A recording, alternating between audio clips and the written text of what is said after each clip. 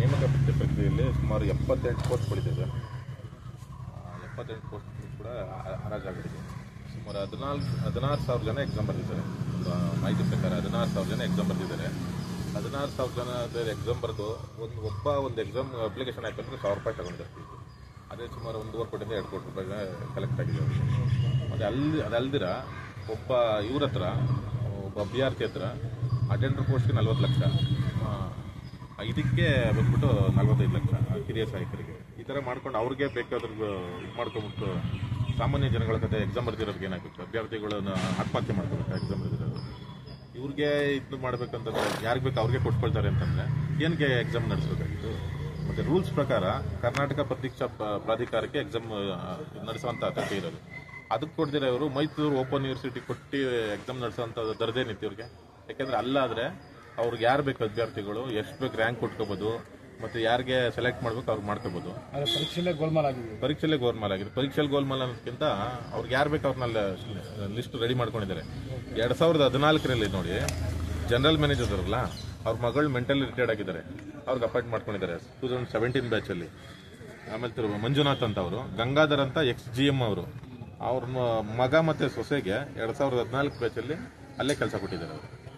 ಅಂದರೆ ಇದೇ ಸೇಮ್ ಈ ಥರ ಎಕ್ಸಾಮ್ ಮಾಡಿ ಅವ್ರಿಗೆ ಯಾರು ಬೇಕು ಅವ್ರನ್ನ ಸೆಲೆಕ್ಟ್ ಮಾಡ್ಕೊಂಡು ಇದು ಮಾಡ್ತಾರೆ.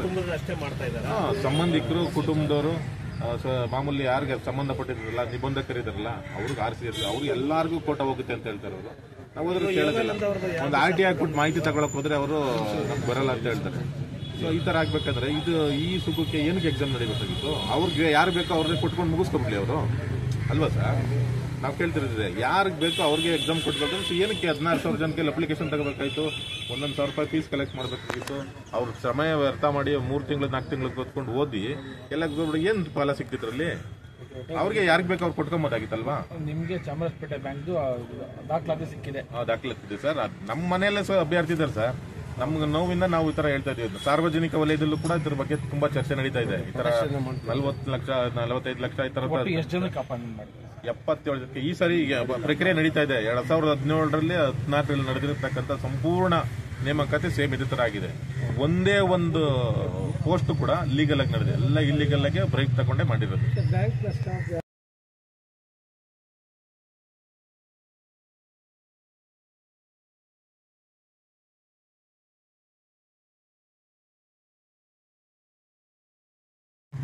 ನೇಮಕಾತಿ ಪ್ರಕ್ರಿಯೆಯಲ್ಲಿ ಸುಮಾರು 78 ಪೋಸ್ಟ್ಗಳಿದೆ. 78 ಪೋಸ್ಟ್ ಕೂಡ ಹರಾಜಾಗಿದೆ. ಸುಮಾರು 16,000 ಜನ ಎಕ್ಸಾಮ್ ಬರೆದಿದ್ದಾರೆ. ಮಾಹಿತಿ ಪ್ರಕಾರ 16,000 ಜನ ಎಕ್ಸಾಮ್ ಬರೆದಿದ್ದಾರೆ. 16,000 ಜನ ಎಕ್ಸಾಮ್ ಬರೆದು ಒಂದು ಎಕ್ಸಾಮ್ ಅಪ್ಲಿಕೇಶನ್ ಆಯ್ತು ಅಂದರೆ 1,000 ರೂಪಾಯಿ ತಗೊಂಡಿದ್ದಾರೆ. ಅದೇ ಸುಮಾರು 1.5 ಕೋಟಿಯಿಂದ 2 ಕೋಟಿ ರೂಪಾಯಿ ಕಲೆಕ್ಟ್ ಆಗಿದೆ. ಮತ್ತು ಅದಲ್ದಿರ ಒಬ್ಬ ಇವ್ರ ಹತ್ರ ಒಬ್ಬ ಅಭ್ಯರ್ಥಿ ಹತ್ರ ಅಟೆಂಡರ್ ಪೋಸ್ಟ್ಗೆ 40 ಲಕ್ಷ, ಇದಕ್ಕೆ ಬಂದ್ಬಿಟ್ಟು 45 ಲಕ್ಷ ಹಿರಿಯ ಸಹಾಯಕರಿಗೆ. ಈ ಥರ ಮಾಡ್ಕೊಂಡು ಅವ್ರಿಗೆ ಬೇಕಾದ್ರೂ ಇದು ಮಾಡ್ಕೊಂಬಿಟ್ಟು ಸಾಮಾನ್ಯ ಜನಗಳ ಕತೆ ಎಕ್ಸಾಮ್ ಬರೆದಿರೋರಿಗೆ ಏನಾಗುತ್ತೆ, ಅಭ್ಯರ್ಥಿಗಳನ್ನು ಆತ್ಮಹತ್ಯೆ ಮಾಡ್ಕೋಬೇಕು. ಎಕ್ಸಾಮ್ ಬರೆದಿರೋದು ಇವ್ರಿಗೆ ಇದು ಮಾಡಬೇಕಂತಂದ್ರೆ ಯಾರಿಗೆ ಬೇಕು ಅವ್ರಿಗೆ ಕೊಟ್ಕೊಳ್ತಾರೆ ಅಂತಂದರೆ ಏನಕ್ಕೆ ಎಕ್ಸಾಮ್ ನಡೆಸಬೇಕಾಗಿತ್ತು? ಮತ್ತು ರೂಲ್ಸ್ ಪ್ರಕಾರ ಕರ್ನಾಟಕ ಪರೀಕ್ಷಾ ಪ್ರಾಧಿಕಾರಕ್ಕೆ ಎಕ್ಸಾಮ್ ನಡೆಸುವಂಥ ಅರ್ಹತೆ ಇರೋದು. ಅದಕ್ಕೆ ಕೊಡ್ದಿರ ಇವರು ಮೈಸೂರು ಓಪನ್ ಯೂನಿವರ್ಸಿಟಿ ಕೊಟ್ಟು ಎಕ್ಸಾಮ್ ನಡೆಸೋಂಥ ದರ್ದೇನಿತ್ತು ಇವ್ರಿಗೆ. ಯಾಕೆಂದರೆ ಅಲ್ಲಾದರೆ ಅವ್ರಿಗೆ ಯಾರು ಬೇಕು ಅಭ್ಯರ್ಥಿಗಳು ಎಷ್ಟು ಬೇಕು ರ್ಯಾಂಕ್ ಕೊಟ್ಕೋಬೋದು, ಮತ್ತು ಯಾರಿಗೆ ಸೆಲೆಕ್ಟ್ ಮಾಡ್ಬೇಕು ಅವ್ರಿಗೆ ಮಾಡ್ಕೋಬೋದು. ಪರೀಕ್ಷೆಲ್ಲೇ ಗೋಲ್ಮಾಲ್ ಆಗಿದೆ. ಪರೀಕ್ಷೆಯಲ್ಲಿ ಗೋಲ್ಮಾಲ್ ಅನ್ನೋದಕ್ಕಿಂತ ಅವ್ರಿಗೆ ಯಾರು ಬೇಕು ಅವ್ರನ್ನ ಲಿಸ್ಟ್ ರೆಡಿ ಮಾಡ್ಕೊಂಡಿದ್ದಾರೆ. 2014ರಲ್ಲಿ ನೋಡಿ, ಜನರಲ್ ಮ್ಯಾನೇಜರ್ ಅವರಲ್ಲ, ಅವ್ರ ಮಗಳು ಮೆಂಟಲಿ ರಿಟೈರ್ಡ್ ಆಗಿದ್ದಾರೆ, ಅವ್ರಿಗೆ ಅಪಾಯಿಂಟ್ ಮಾಡ್ಕೊಂಡಿದ್ದಾರೆ 2017 ಬ್ಯಾಚಲ್ಲಿ.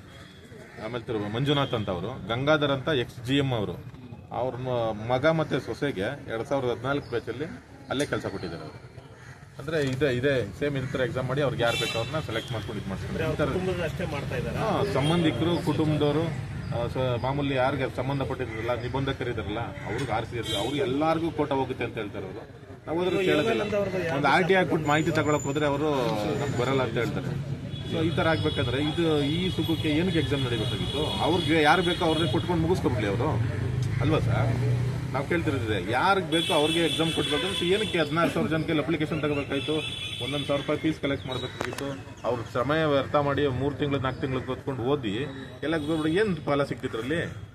ಅವ್ರಿಗೆ ಯಾರಿಗೆ ಬೇಕು ಅವ್ರು ಕೊಟ್ಕೊಂಬೋದಾಗಿತ್ತಲ್ವಾ? ನಿಮಗೆ ಚಾಮರಾಜಪೇಟೆ ಬ್ಯಾಂಕ್ ದಾಖಲಾತಿ ಸಿಕ್ಕಿದೆ. ದಾಖಲಾತಿದೆ ಸರ್. ನಮ್ಮ ಮನೆಯಲ್ಲೇ ಅಭ್ಯರ್ಥಿ ಇದ್ದಾರೆ ಸರ್. ನಮ್ಗೆ ನೋವಿಂದ ನಾವು ಈ ತರ ಹೇಳ್ತಾ ಇದೀವಿ. ಸಾರ್ವಜನಿಕ ವಲಯದಲ್ಲೂ ಕೂಡ ಇದ್ರ ಬಗ್ಗೆ ತುಂಬಾ ಚರ್ಚೆ ನಡೀತಾ ಇದೆ. ಈ ತರ 40 ಲಕ್ಷ 45 ಲಕ್ಷ ಈ ತರ ಎಷ್ಟು ಜನಕ್ಕೆ ಅಪಾಯಿಂಟ್ಮೆಂಟ್ ಮಾಡಿದ್ರು? 77 ಜನಕ್ಕೆ ಈ ಸರಿ ಪ್ರಕ್ರಿಯೆ ನಡೀತಾ ಇದೆ. 2017ರಲ್ಲಿ 14ರಲ್ಲಿ ನಡೆದಿರತಕ್ಕಂಥ ಸಂಪೂರ್ಣ ನೇಮಕಾತಿ ಸೇಮ್ ಇದೇ ತರ ಆಗಿದೆ.